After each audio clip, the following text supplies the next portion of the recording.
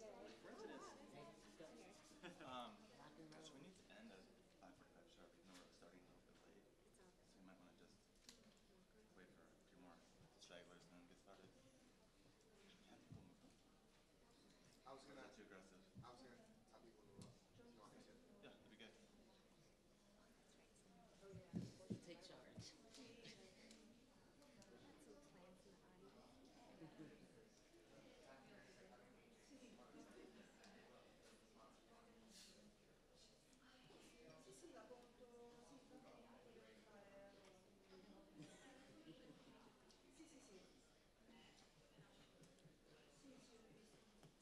So formal. This is so formal. I feel like this is blocking us from everybody. I know. You're just listening. Right. We should be like this.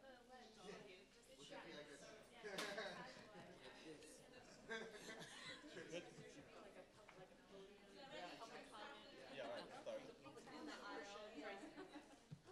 think we're about ready to start. Happy Saturday, everyone. Can you hear me? Dun, dun, dun, dun, dun, dun, dun. Meow. Yeah. Oh, thank you, technology. Press on. Hello, yourself. everyone. Molly, if things are showing, can you tell me to choke it up? Okay, so my name is Jenny Choi. I'm from the News Integrity Initiative. We are housed at CUNY Graduate School of Journalism. We're a grant-making initiative and coalition of academics, researchers, and newsrooms to build trust between community and journalists. And we also work to fight misinformation, media manipulation, and such. My boss, I'm going to recognize Molly Day Aguiar in the audience. So if you have any questions or need anything, please ask her after the show. I'm gonna pay for that. Ask her for hugs. And I wanted to introduce my esteemed panelists. And they know me well. Ernst, you pretty much know me as well. I'm going to kind of shake it up and ask you very personal questions about your childhood. Just kidding. But I do feel like everyone on this panel I've known and I've met because we're all jackalopes and unicorns together in the sense that we've really come to grow a huge amount of affection for each other because these are the pioneers in terms of listening and using innovative listening practices in newsrooms in a way that builds audiences. And they were doing it way before the US election of 2016. So in a way, when we were talking about listening and building trust with communities, they were really there from the very beginning. So it brings me so much joy to share a panel with people that I've long admired and who are my heroes personally in the journalism sector.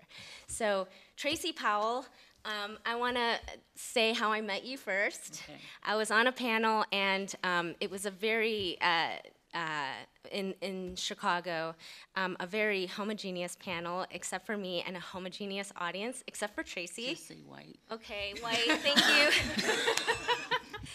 And I was talking about audiences and how there's this stereotype of audiences that, or of mainstream media that say, you know, we don't want to serve underrepresented communities because where's the money? And I was saying, you know, maybe these communities would want to pay if you were inclusive.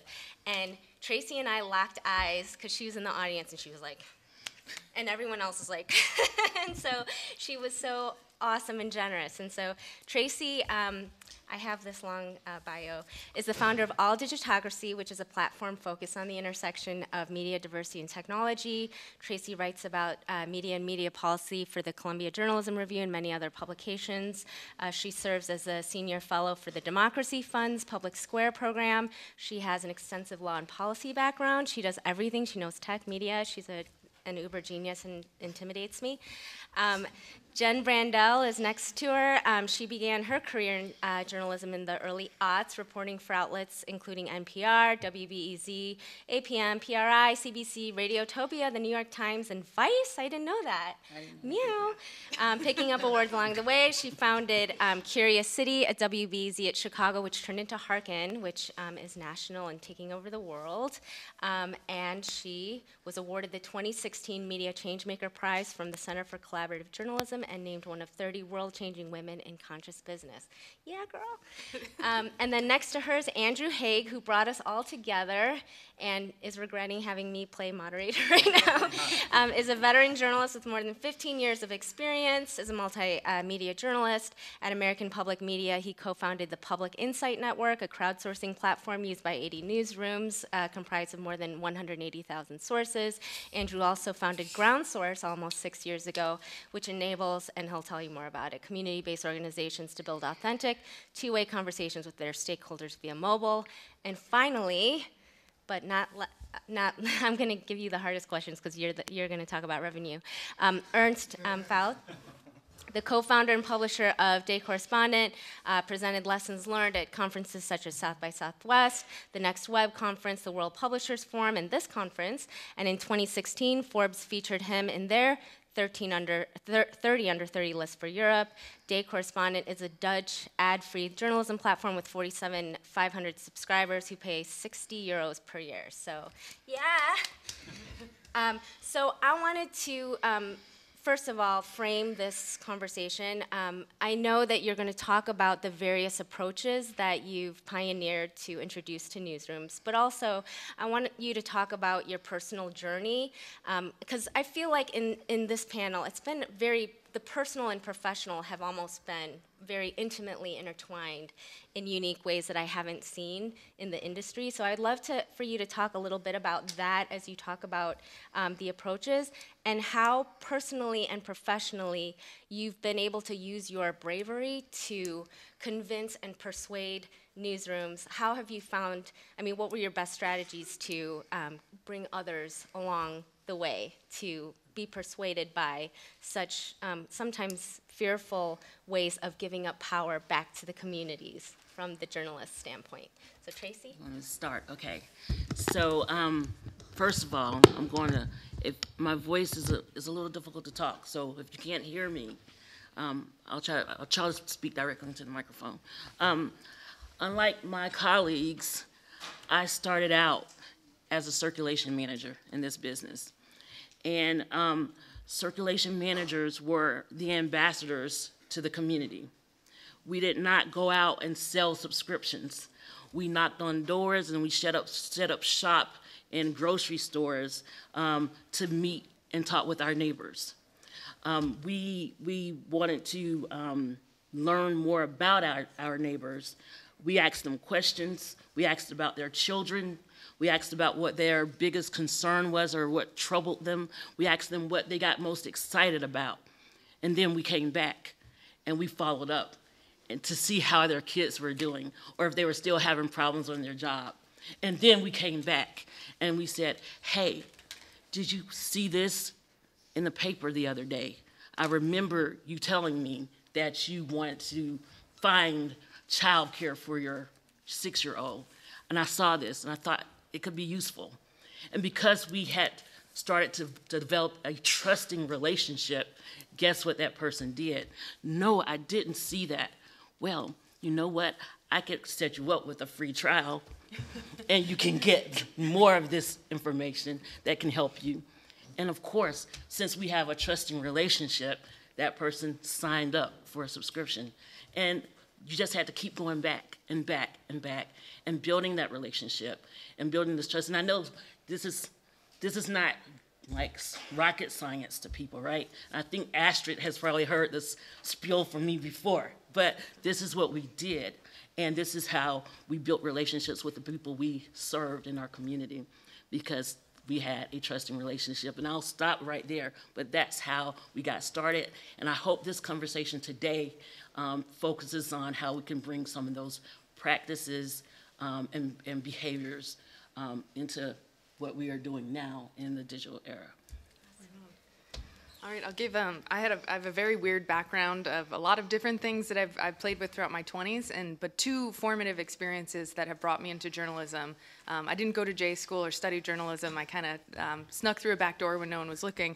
And two of the things that really influenced the way that I look at journalism is one, working for a religion. So for about 5 years, I worked for the Baha'i faith. They were started in Persia in the 1800s. And the way that they work with communities is that instead of coming in and proselytizing and saying, listen to me, I know the truth, they go into a community and say, you know your problems well. I have two hands. How can I be of service to you? How can I help? And I thought to myself, wow, if journalism took that same approach, instead of saying, I know what's best for you, let me tell you the way the world is or the information you need, if journalists instead went in with this humble posture of service saying, you know what your problems are and what information you need, how can I give you that information? And so that was one thing that, that influenced the way that I think about listening in newsrooms. The other, and I don't think I've ever talked about this on a panel, but since you're like, let's get personal, I'll do it, is that I was an alternative healer for a while. So I worked with people who were going through all kinds of different trauma in alternative ways with, you know, we're talking weird crystals and colored glasses and, you know, trust falls and crying. There's a lot that happened. And I never understood like what was magic about it and what worked, because I still, as a skeptical person, I was like, is this all a bunch of BS? But you know what? People healed and they changed. And I realized it didn't matter whatever words I was saying and hand motions and Reiki and all that stuff. It was that I created a space where they could be heard and they could be seen, and that is what was healing. It wasn't, you know, you could substitute the hand movements for any other thing or the magic sayings. It was about having a space where they were seen and heard and understood and accepted. And so when I think about journalists, I think, wow, that could be the biggest group of healers in the world if they actually listened with that kind of energy. That it could really be, you know, we could be our new Doctors Without Borders or whatever that may be. So that's another thing that's influenced the practices that I've been trying in newsrooms, as weird as that might sound. So I didn't know that. I talk to Jen all the time, and every time there's something profound I didn't know before. So I grew up in a radio family, 2 generations. My grandfather ran the CBS station in the Twin Cities, which is Minneapolis and St. Paul. He was a farmer, and he became a radio person because he needed, as a farmer, he didn't know what he was doing. He was handed the farm by his father, and he had no clue. And he saw radio as a way to share information to help farmers solve problems. And so he came up as a farm broadcaster and then ended up running the radio station, and then my father joined that same radio station. And the tagline for the radio station, WCCO, you should look it up, at its peak it had a 65 share in the Twin Cities. 65%, actually in the state, of the state on any given day would be tuning into WCCO. I mean, you don't get that except for like in communist countries. And maybe not even that much. So it was incredibly trusted, and its tagline was the good neighbor to the Northwest. I don't know why they call it the Northwest, it's the Midwest, now known as the North. But that stuck with me. It was formative. It's in my DNA to think about journalism as a service profession and one that links people together, doesn't disconnect them. And I'm always and so when I got into radio, which I never thought I would get into radio, but I ended up in the radio business too, that's those are the values that I brought with me. So when I was an economics reporter, and to me economics is all about understanding how people make decisions with scarce resources. And I spent all of my time talking to PR people for businesses and doing stories on layoffs and, you know, basically running around being dangled on someone else's string, following someone else's agenda. And I always felt like, but that's not where the real story is. The real story is in people's homes, it's at the farms, it's, you know, it's in their lives. And so I created the Public Insight Network. I co-founded it in 2003 to solve that problem using technology to help journalists better connect with people whose experiences could inform the journalism, instead of us having our agenda be guided by people who want to manipulate, you know, public attention.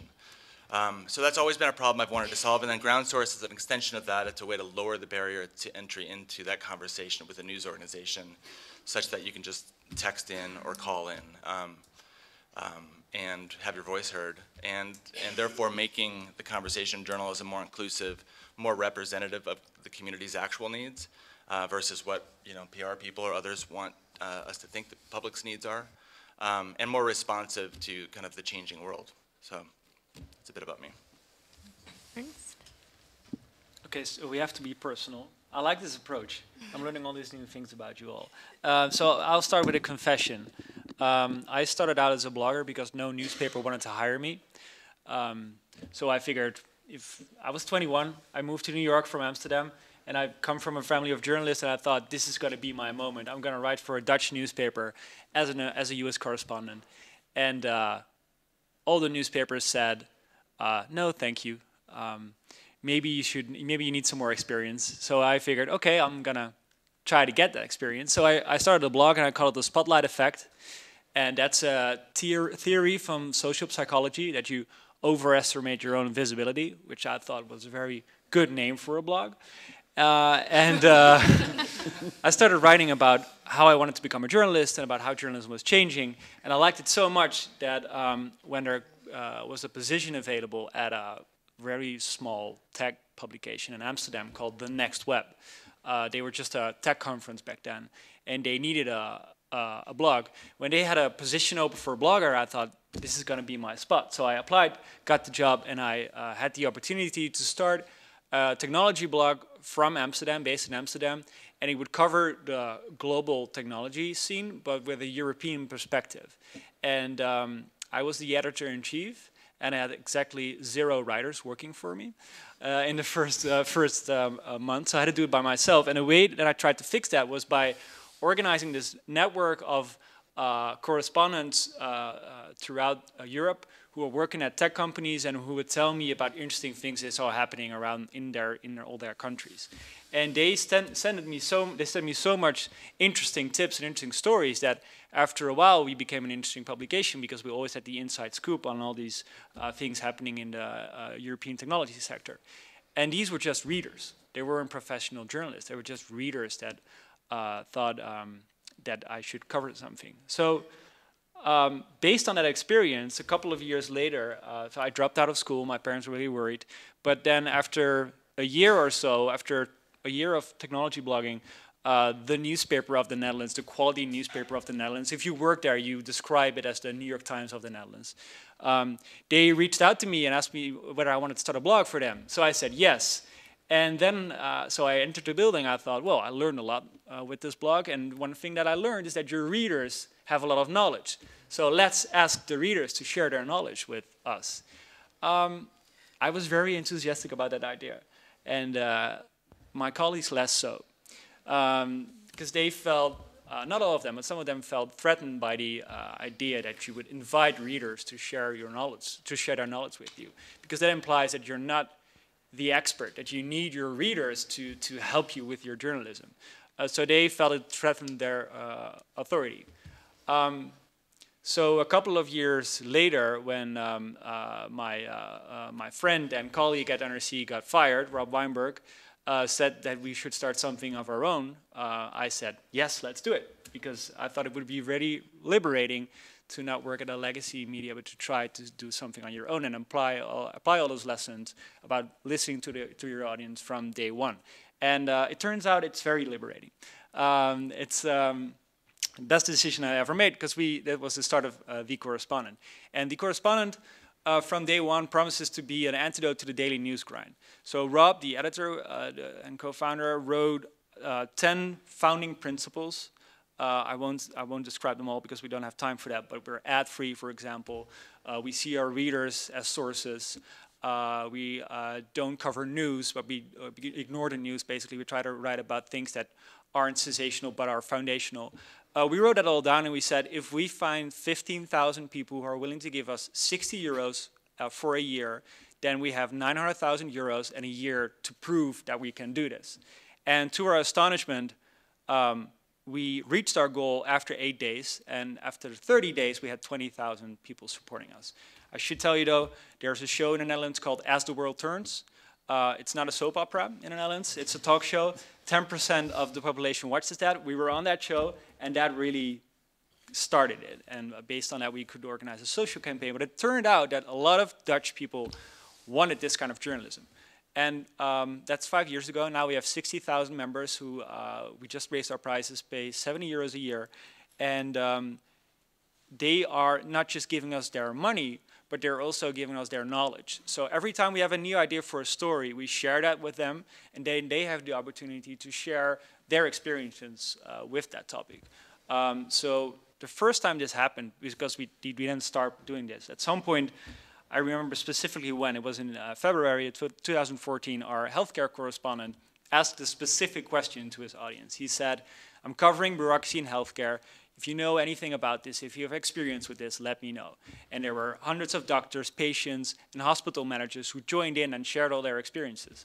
And from that day on, we routinely started asking people to share their knowledge. And now we have an organization that has these members that pay with money, but also with their knowledge. And that leads to better journalism, but it also leads to better retention rates, because people who share their knowledge are also loyal members. So the business and the journalism incentives are aligned. And we'll dig a little bit more deeply behind that because they're it's a fascinating story, and the lessons that you're still learning, I think, are fascinating, including the partnerships with evaluation and research that you are doing here. So Jen, you've got a deck ready, but I wanted to segue a little bit because Ernst, I think your story of working in legacy media and some of the scars to bear with newsroom and fighting newsroom culture, I think all of you can really share your own stories. Jen, I'm just gonna out both of us. When we were both at WBEZ, and Tracie, I think your experience, all of you, just please, you know, pop in, we're comfortable. So when Jen and I worked at Chicago Public Media, Jen was an independent producer who had this brilliant idea of curiosity to bring into the newsroom. And at the time, the CEO was imaginative and curious and wanted to try it. But I was the bad cop hired where my job was essentially for the station to kill new ideas that were too expensive. And so when I first met Jen, I was like, I'm gonna take you down, girl. And sure enough, she takes me to, you know, we go out for coffee at this insanely ridiculous place called the Navy Pier, and she just completely made me fall in love with her within the first 5 minutes. And I just knew, I don't know what it is, it's like Lucky Charms or like, crystals. It was the crystals. You're right. Oh, brilliant. It comes all the way back around. But I thought, oh my gosh, this wonderful person who is not only so flexible and earnestly wanting to listen and just so willing to win anyone over, I thought, and resilient. And, you know, sometimes I ask ourselves, at what cost? Because all of us eventually had to leave, and you guys were all brilliant in doing your own thing. But essentially, she found a champion in me to really kind of use sideways or side doors to basically trick people and reporters into buying into these new strategies. So I'd love for other folks to weigh in with your own experiences and kind of for folks who are working in the newsrooms. But before that, I'm going to have you, do you have to go up here to set up? Or? You know, I don't even know if I need to do slides at all. If we can just have a conversation, yeah. So, That's totally so fine. one Yeah. more personal thing. So my Yeah. mom went to labor with me while watching As the World Turns, the soap opera. Oh my gosh, we're magically connected forever now. So, you know, before we do that, I'd love to kind of ask the room, you know, how many of you are journalists? How many of you, well, a show of hands, how many of you are journalists at like an organization that you work for right now? Do it. Okay, how many of you are editors at the news organization that you work for? Okay, nice, editors, yes. You have a huge job to play. Publishers or business, you know, business folks, it's all good. Ooh, yes, you're gonna change the world too. And I would love to ask also, which of, I mean, just opening it to the room, and I do have plants, and I think you already know who they are. What are things that you would love to learn about listening? Because we're here to listen as well. Just shout or raise your hand. Or, oh, is there a microphone? Oh, yeah. What are things that you would like to learn about listening from this group now that you've known us? Listening across geographies. So listening across geographies. So, you know, going down to the corner shop is slightly different if you're corner shops in 100 countries. Yeah, a few. I'd be interested to hear how you can listen to weak signals and not ignore them. Nice. Oh, girlfriend. Anybody? Listening respectfully in a cultural context that isn't your own, even if it's within your own community. What? Point back. Is there somebody in the back? Oh, there you go. Yeah, a quick one for me. I'd like to hear the business case for listening, why it makes business sense.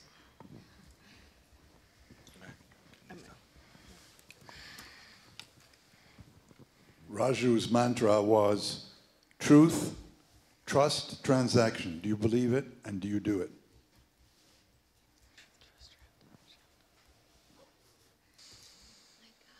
This is so great. I'm so excited. Any more? Oh my gosh. We should just have the let's just have the crowd talk. This is great. All right, I'm gonna just have any one of you just pop in on any of these questions. Listening across geographies, listening to weak signals, listening respectfully to a culture that you may not be from. The business case for, we're gonna come back to definitely business case for listening, and the truth, trust, and transparency and transaction. Where do you fall in practicing these principles? I can take a shot at, I think an underlying theme to a lot of my work, and maybe a partial answer to the questions about listening across geography and listening respectfully in cultural environments that aren't your own, is meeting people where they're at and making yourself vulnerable, whether that's physically being in the same space with the community that you want to talk to. I think that's where a lot of the greatest work begins, is being present in community. If you're working on a transnational basis and you can't be in corner shops in all the countries that you want to connect with, then you have to find a way to meet people where they're at. I think of that both in terms of, physical space, but also technology, and that's why, for GroundSource we chose text messaging. It's the most ubiquitous form of communication, technological communication, and people feel comfortable in that space chatting. But it's all about, you're not going to get people to text into you. You're not going to get people to talk to you in a community unless you make yourself vulnerable and unless there's some reciprocity. And I think that's the other part of listening that I think about a lot, and I occasionally don't learn my own lessons from time to time, in that if you go out and do community and all you're trying to do is extract information, if that to you is listening, they're going to see right through that and they're not going to want to participate. And it's not an honest, I think the word transaction was brought up. I don't think that's the right frame of mind to go into a community with, that this is a transaction. You give me your information, I'll package it up, write a story for an audience that's not you. That's not I don't think that's a fair exchange. And I'm not saying that's what you were saying. The word transaction is one I think about a lot. I think the transaction is community. What information do you need? What problem can we help you solve? How do we provide information that helps you solve that problem? And then you ask questions, and then the conversation begins, but only when you've offered something of yourself, made yourself vulnerable, met people where they're at, whether that's physically or technologically. And then I think the other thing is, and journalists don't do a great job of this because this is not the nature of journalism, is you need to build that relationship over time. It's got to be a commitment that you can sustain. Because I think too many communities are used to us parachuting in, grabbing information, making them look bad in the process, taking that information out and creating value for it around it somewhere else. And that extractive relationship is not one that leads to a sustained connection over time. So these are, I'm not saying any of these are easy, and this will get to the business case. This is all laborious, time intensive, and it costs money. But I think if we don't do those things, we're not doing those things very well, and I think we're shredding trust in the process. So I think this is how we start to rebuild that trust. Andrew, don't forget what you were going to say. So Andrew, can you explain for those of us that don't know GroundSource what GroundSource is, and a little bit about how you started GroundSource and why? Yeah, so GroundSource enables news organizations to build a community of sources. We could argue about that word community. But it's a community of sources, and you can interact with them through text messaging, Facebook Messenger, or voice, or other chat apps. So you can broadcast out a message, they can respond, and there's kind of an automated back and forth conversation that you can script. And so, you know, you're having this kind of one-to-one, you know, intimate conversation. I mean, it's kind of a bot, but it's also something, you know, you as a human are kind of creating questions that you want the community, and messages and to share with them. And it's this automated back and forth conversation. That all funnels into a feed that a producer or journalist can monitor and see what the community is saying, call people back, or build a smaller base of sources, a subset of sources based on that list or that feed, who you can go back out to and follow up with, either one-to-one or one-to-many. And I started it, you know, I've been interested. I feel like this is a career-long problem of, or a challenge of solving this, connecting community organizations and news organizations to communities. And I saw with the Public Insight Network, we were using a lot of email, and just by the technology we're using, we were shutting the vast majority of our communities out of the conversation, just because the assumption on the part of the whole project was, you know what journalism is, you know what it does, you know it's valuable, you know that you have a voice that is valuable to the conversation, and you're going to step through all these hurdles in order to share your story and fill out a survey form, essentially. And to me, every one of those barriers, whether it's a conceptual or a technological barrier, was eliminating another part of our community.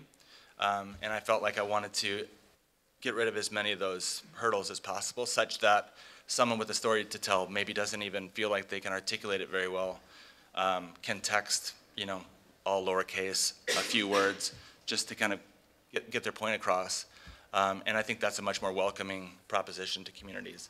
And I had to leave my organization to build it because I just didn't have to the question of kind of resilience and taking risks. I left knowing that I didn't have a safety net, but it was an important problem to solve, and I didn't feel like it was one that my organization. It was too early. I mean, I needed space and time to run with it and to develop the idea and to develop the technology. And the business model wasn't proven out. I just had a gut feeling that this was going to work. So there was a perilous few years there. Hopefully we're on the other side of that. But that's why I made it, yeah. Awesome. Tracie? I want to say that it's not always about us going in to solve a community's problem. Sometimes the community already has a solution, and it's up to us to listen and find out what's working for them or what they found works best for them.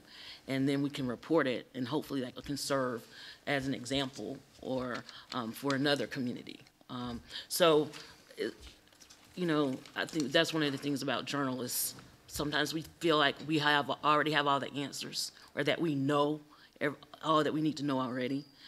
That's one of the biggest mistakes I saw in the newsroom. When I was over in circulation, I saw that was a problem in the newsroom, and I'd always wanted to be a journalist anyway. So that's why I went over into the newsroom, because I wanted to reflect some of what I was seeing in the communities that I was working in, and I thought I could do it best over on the news side, and I found that I couldn't because journalists weren't at that time ready to listen. I want to answer your question about listening across geography. So one of the more successful initiatives that All Digitocracy did is that during the Ebola outbreak in 2014, I didn't know what the heck was going on, and nor did anybody else in the country, really. I was watching TV, trying to read everything, and I still didn't understand what was happening. And so I had some friends who were African journalists, and I said, hey, you're over there, I'm over here, can you write about this to help us understand? We will listen to you, and so, because you're there. And so they did. They wrote a couple of stories for me. And then we had people coming back to this country who had contracted the virus. And so I said, you know what, I have some friends who are science writers at mainstream news organizations here in the States. Maybe they need to talk to these African journalists so that they can communicate to their readers, and so, help the journalists here in America understand so that the readers could understand. So I decided to get them together. We had to do it digitally because we're not in the same place. And so I think we were going to have a tweet chat. And then when those couple of people came to the States with the virus, I said, well, you know, maybe we also need to include some public health workers, both here and abroad. So I called some people, and I had the African journalists that I was working with call people as well. And so I said, why don't we just do a tweet chat? Twitter is such a powerful platform, and we can all talk. And so on the day that we scheduled the tweet chat, someone died in Dallas. And so I did not know, I did not anticipate the amount of conversation that would happen and that took place that evening. We had World Health Organization officials participating in the conversation. We had those national science writers from the States talking. And so somebody said, well, is there a guide that we can look to, the journalists, the American journalists, is there somewhere we can look to figure out how we should be covering this? What language should we be using? And so someone from WHO said, well, you know, during the AIDS outbreak in the 80s, we came up with a set of guidelines. And so we're like, wow, now here we go. And so somebody linked that in the tweet chat, they linked that, and here was the standards for how we should be covering Ebola. So that tweet chat became like one of the most read pieces of journalism during that time period. And we were communicating across geography. It was a global conversation, and all it took was listening to the right people. During that tweet chat, we had average, everyday people who had just seen on the news that this person had died, and now they're worried about their own safety, talking to World Health Organization folks, talking to African journalists, talking to American journalists, talking to science writers. And so I think, you know, all digitocracy at that time, in terms of Ebola coverage, we were ranked next to the Christian Science Monitor. I think there was only one other piece of journalism that was rated up there, but you know, it was incredible. And so, yeah, using those kind of tools really engages people across the oceans. So in terms of traction around audience with these practices, I think it's significant that there is a there to high quality listening and not listening just for listening's sake. I'm going to pivot to Jen and then later to Ernst. When Jen was starting Curious City at BEZ, and I think and I would just love, Jen, your reflections on how you are translating some of those lessons learned to other newsrooms. But it was fascinating in the sense that, and Tracie touched upon this too, you really need champions, not just in editorial and not just journalists, but also editors. It's very important, but also the business folks, because your marketing team really, have this sensibility and are incentivized to really understand sophisticated audience metrics. So if you are able to pull a team, a cross-departmental team, to get great insights, then you can understand the business case. So Jen, I'd love to talk to you about that, and Ernst, just so that you're prepared. I'm going to talk to you about the difference between subscription and the transaction versus member, because the public media model, I think there are a lot of synergies with what you've learned and how now you're a publisher, now you're the boss, and you get to make cool things happen with cool people. So Jen, can you? Sure, yeah. So one of the things that's been a recent revelation put into words is just that journalism is a relationship, it's not a product. And I think about the relationship of journalism, not only of the newsroom to the public and the public back to the newsroom, but the newsroom to itself. And I think one of the things that was on my side when I started Curious City, this project at WBEZ, which was kind of the R&D for Hearken, was that I had relationships in that building with everybody. I had been working in that newsroom for 5 or 6 years, on and off, doing everything from conference planning to spot reporting to feature reporting to cleaning up after birthday parties that people had in the main room. Like I knew everybody. I knew the janitors. I knew the male people. It was the strong relationships were the thing that earned me really the trust of people when I said, I have a crazy idea. And they said, well, we know you, so we're going to take a chance on it. And in terms of some of the lessons I learned is that there are different, you need to listen differently and respond differently to different stakeholders, which shouldn't come as a surprise, but it was something I had to find out the hard way. So editorial folks needed me to tell them one message about what we were doing. And for me, that message was, your reporting's going to be a lot stronger when you know that you're making something relevant before you put the time into making it. And so if you listen to the public beforehand, you will know the piece you're putting out into the world actually matters. And what they found was that fueled them. They didn't think, oh, I'm going to another press conference, who gives a shit about this? They knew 1,000 people had voted for this question. They're hungry for this information.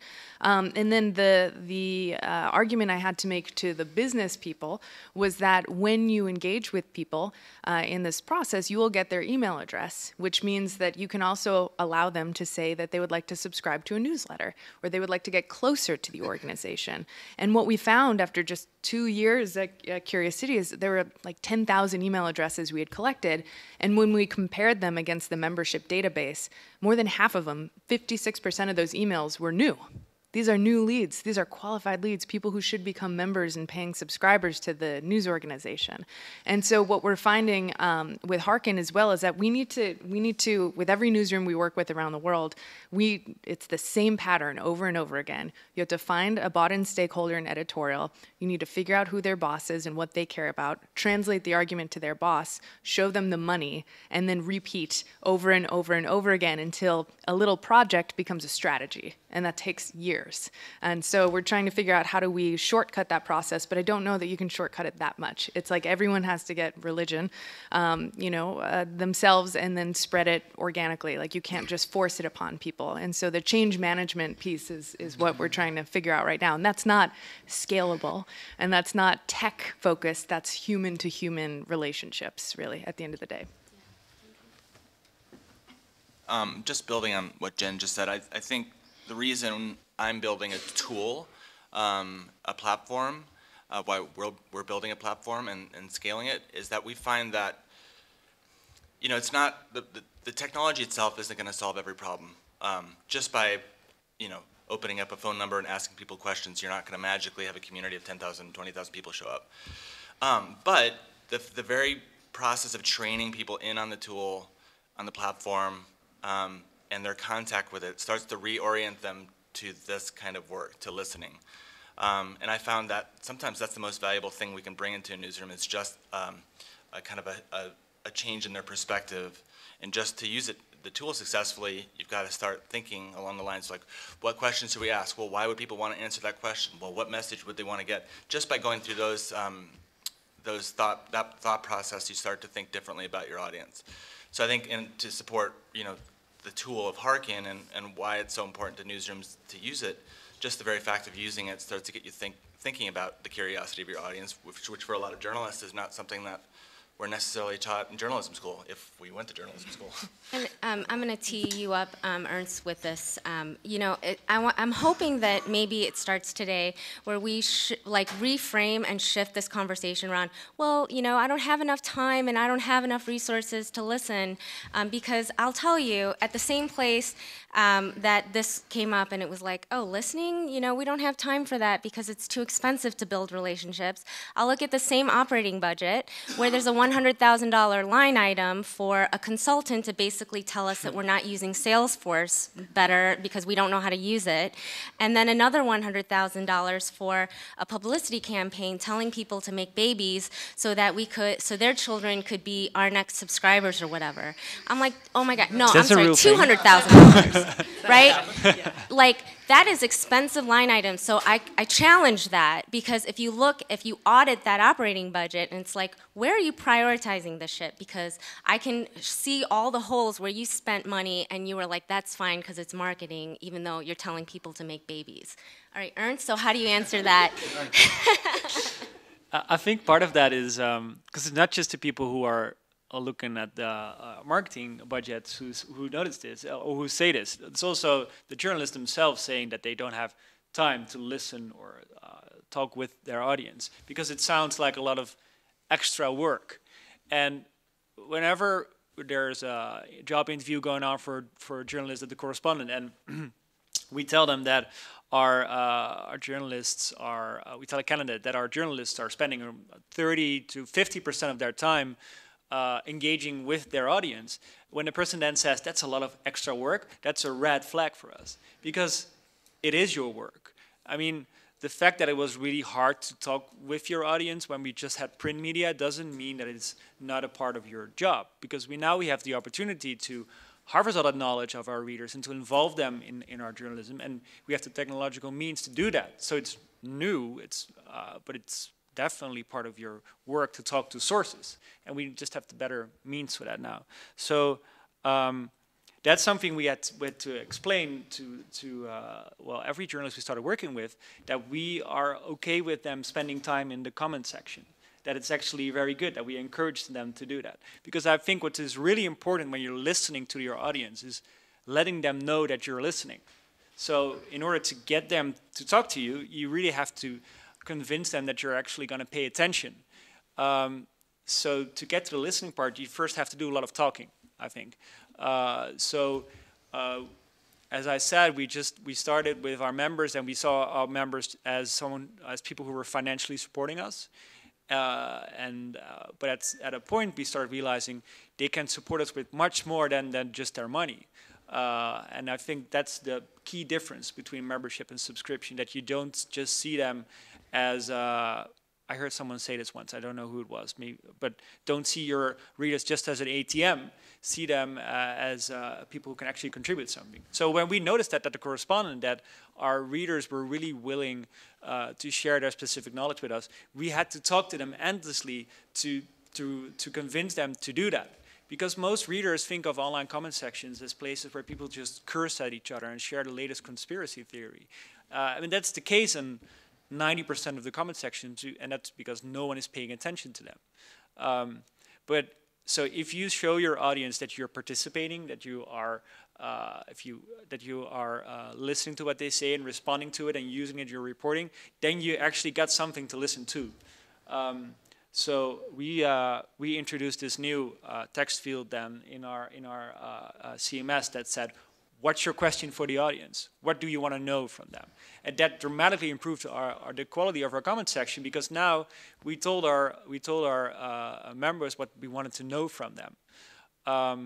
So just this simple text line in our CMS changed a lot for the relationship between us and our members.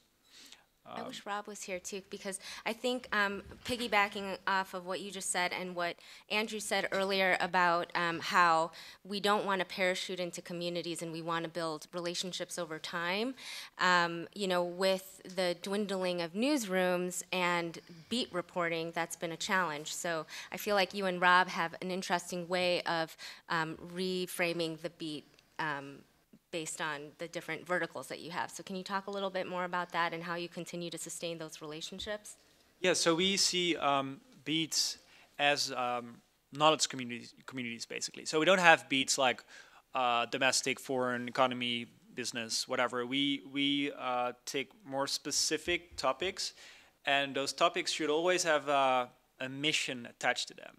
So it's not just climate, for example. That's not a beat. A beat is climate change or renewable energy, and then the Correspondent is researching how we can get to a world that's powered by renewable energy. So you always know what the research question or the mission of a Correspondent is. So that's different than a normal beat. And then around that beat, we're looking for the knowledge community that is associated with it. So we start reaching out to, for example, energy researchers, or people working at solar energy companies, or people who have transformed their house into a self-sustaining house.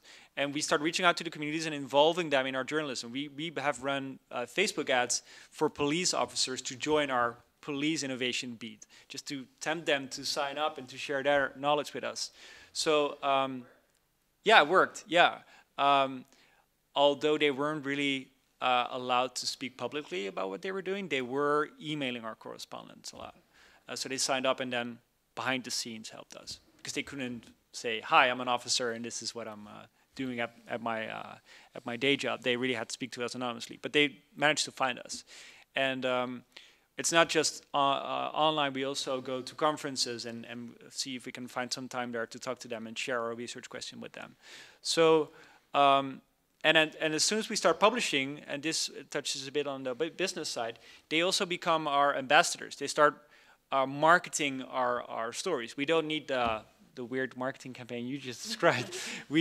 Our readers are also marketing what we've written because they participate in it. They helped us writing that story, so they feel like they're part of that story, and they are because they helped us with it. So they start tweeting out our stories, sending it to their family and friends, co-workers, sharing it in their LinkedIn groups.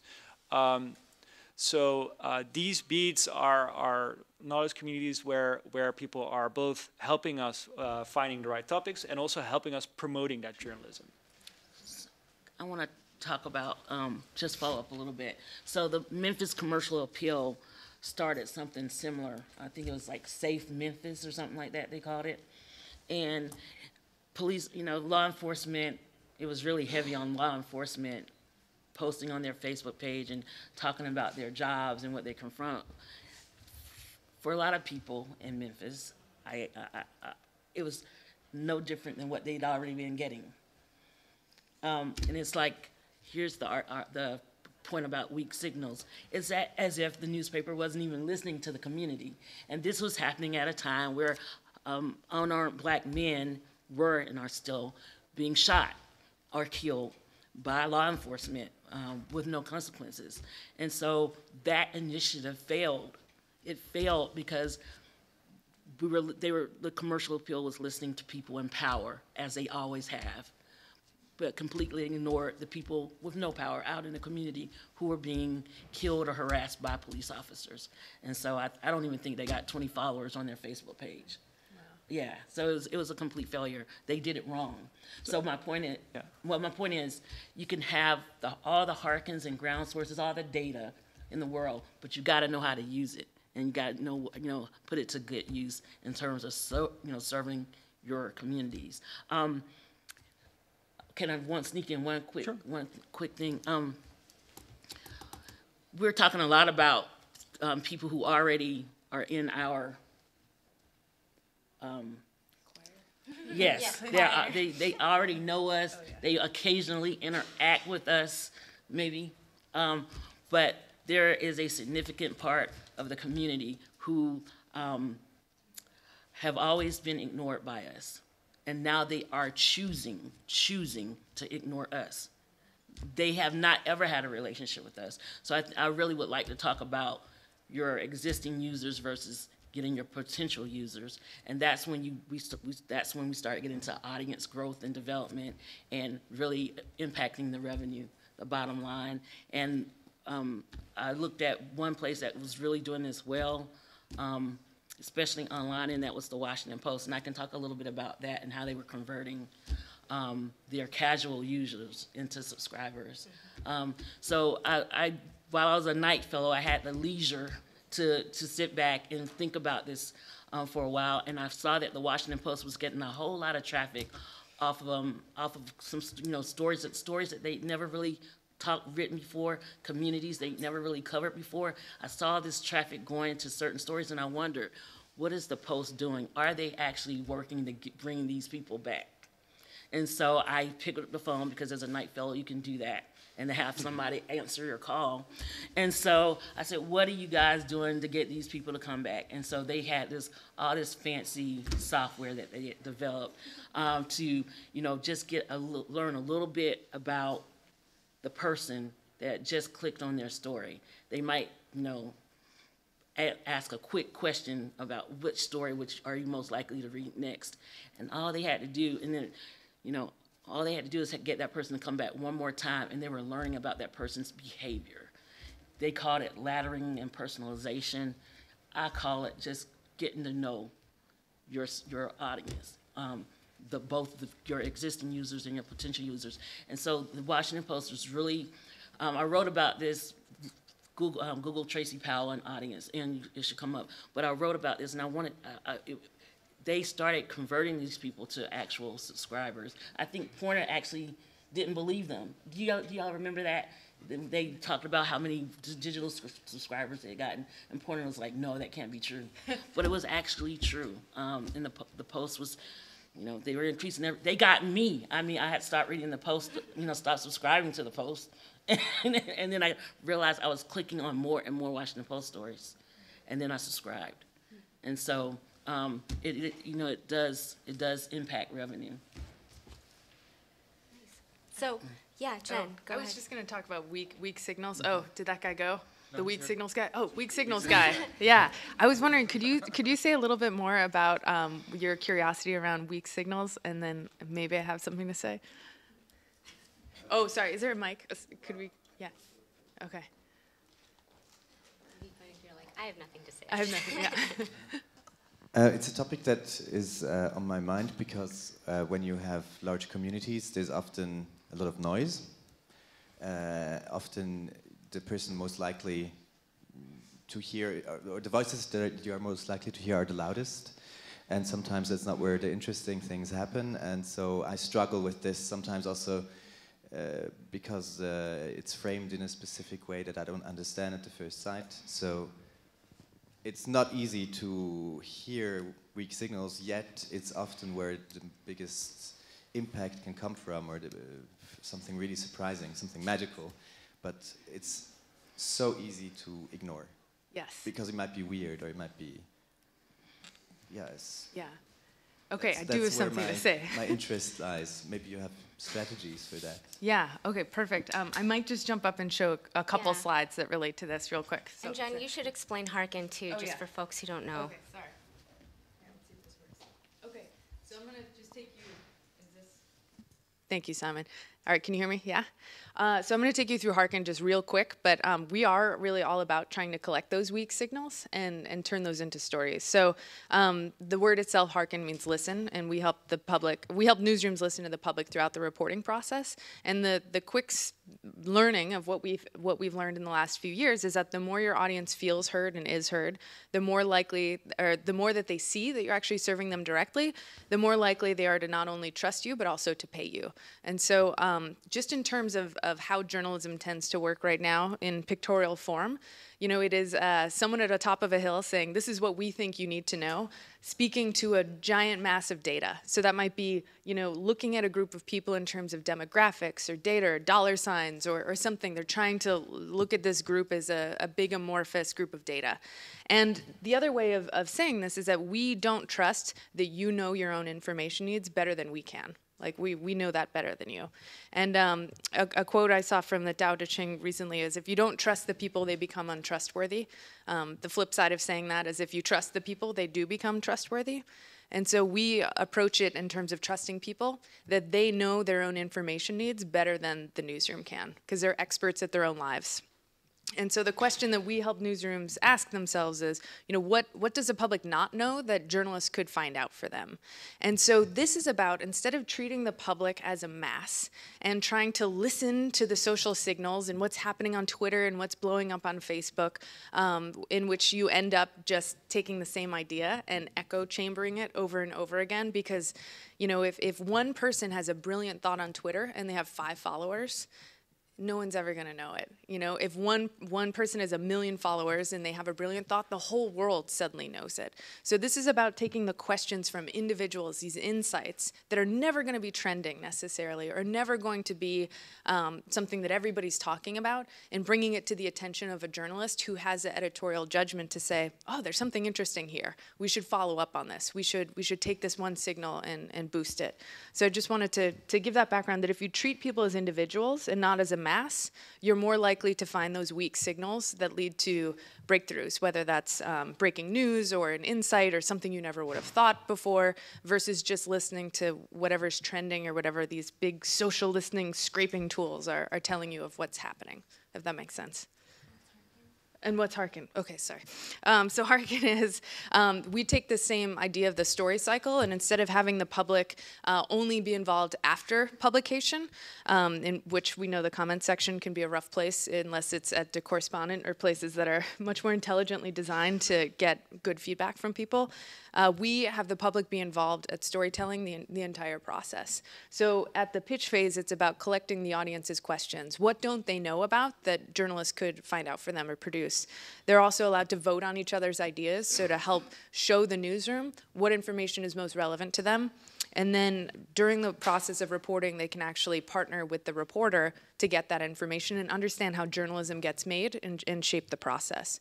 And so this is the fundamental ideology of Hearken, and then we have a technology that helps to support it, to make it easier to fit into the workflow of a newsroom. Because even when newsrooms know doing something is right, if it's hard, they won't do it. And that's human nature. I mean, how many of us exercise and eat perfectly every day? We don't, because it's hard. So you want to make it a little bit easier for people. So the technology is just there to make it easier to do the right thing, so to speak. But this is something we could probably all talk about, this idea of a feedback loop. Each of us explore it in our work in different ways.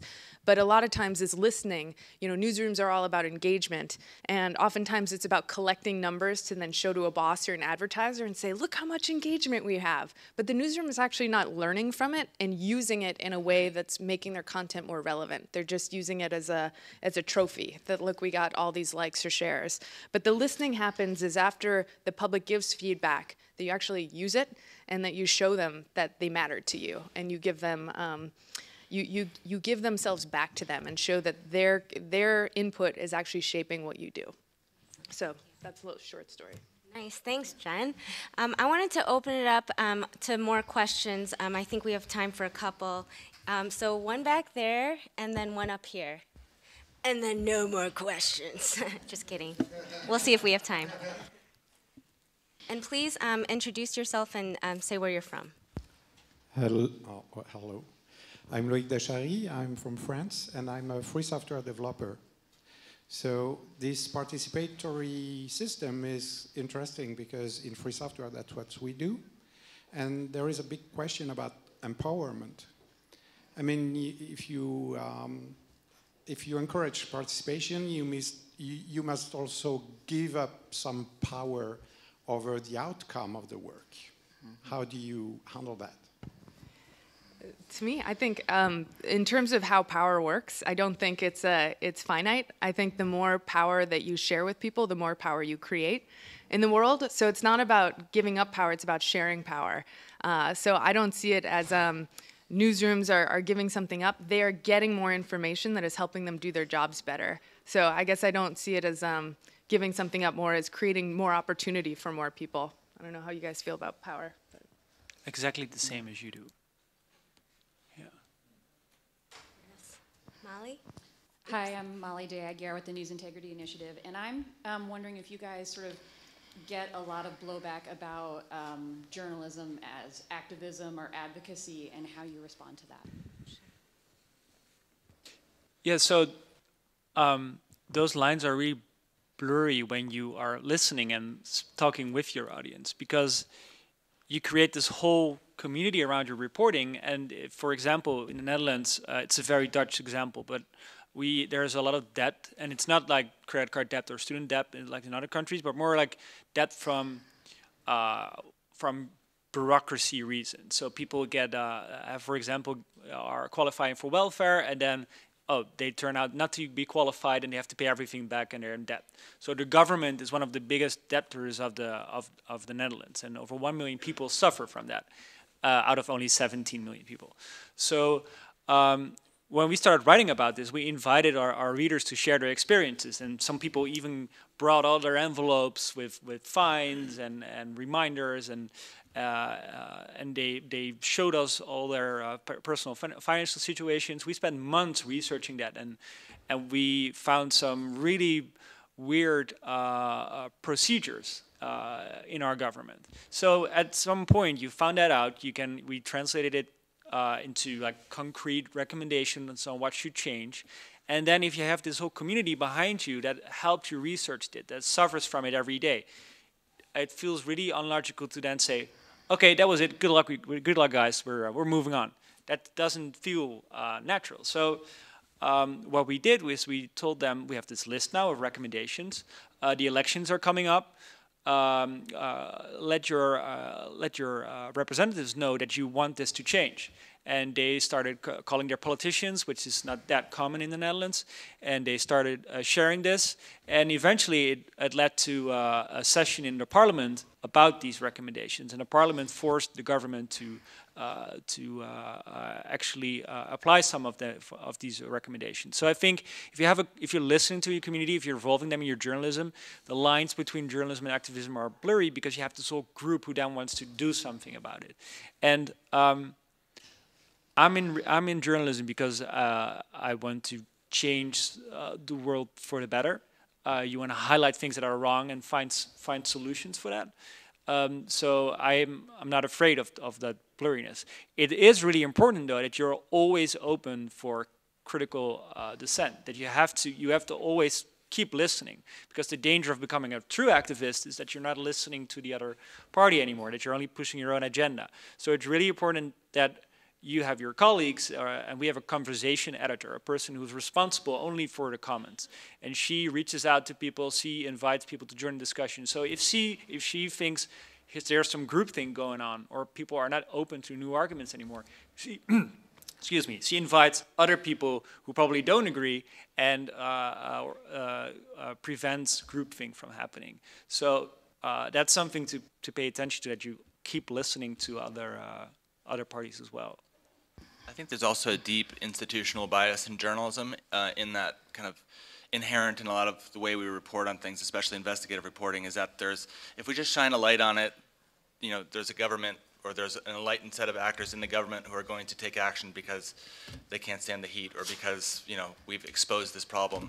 And I think increasingly that's not the case in a lot of communities. There is no adult sitting in there listening to the conversation, waiting to who's going to solve the problem afterwards. The solution is resident in the community, and in that way we have to be advocates for revealing the community's solutions to the community, and in that respect inviting people into the conversation who maybe wouldn't, at the town council meeting, wouldn't be the first person to grab the microphone, but maybe they have the solution, maybe they have a piece of the solution. So I think just listening and sourcing our journalism, that's one way of listening, but listening and then reflecting back out what the community is saying is actually helping the community listen to itself, and we're kind of playing a role for the whole community in that respect, and we're not just expecting inherently that the government's going to solve the problem in the end. I think we're supposed to be advocates for our communities.